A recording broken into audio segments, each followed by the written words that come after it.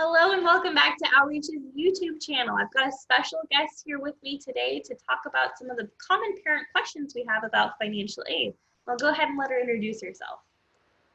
Hi everyone, my name is Sabrina and I work in the financial aid office as a financial aid tech.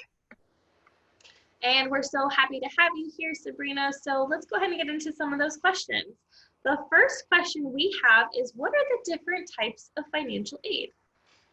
Sure, so the different types of financial aid include free tuition, grants, that is free money which students can use for any educational expenses, and subsidized and unsubsidized loans that will need to be paid back after a student graduates. Perfect. And then another common question that we have is, how can my student receive financial aid? Sure, so by completing the FAFSA application through FAFSA.gov, the student can complete one application that will see if they qualify for all three of those, which include the free tuition, free grant money, and student loans. So glad to know that students are able to access that financial aid application online. The next question we have is, what is the maximum award of financial aid my student can receive? Sure, so we get this question quite often.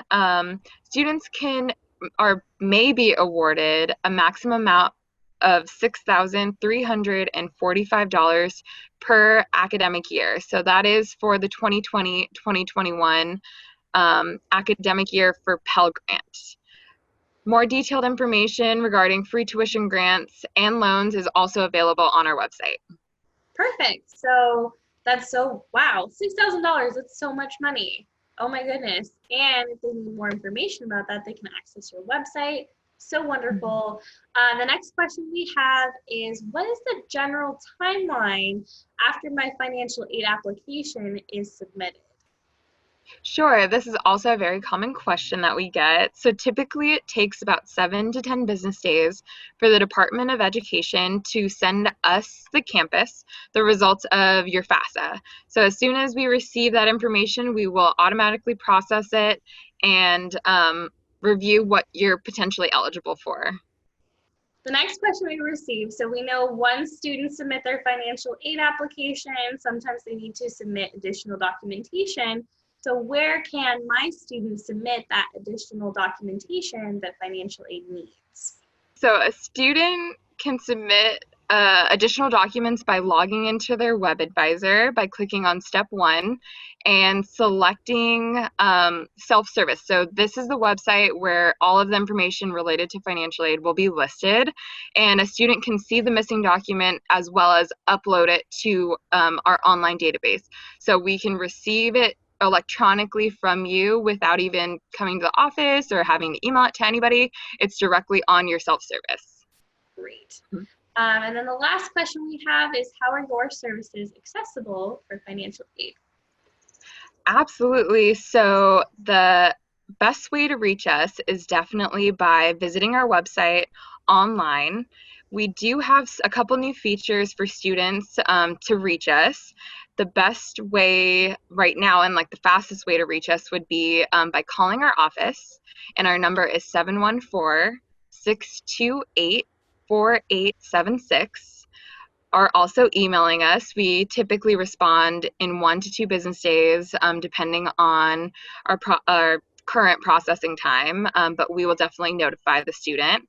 And then you can also book an in-person appointment with us to come visit either your analyst or to turn in documents. I believe you guys should be able to see my screen now. And this is what our homepage looks like through Santiago Canyon College's main website. So this is for our department, and it shows the best ways how to reach us. So our email is listed, our phone number, as I said before, and then you can book an in-person appointment by clicking on what we call a Calendly. So pick whichever date, and then it shows kind of reminders and what time you can choose. So very, very useful, quick, and as soon as we receive your information, we will book the appointment to meet with you one-on-one in the office. this is our hours of operation, and just other important information for financial aid.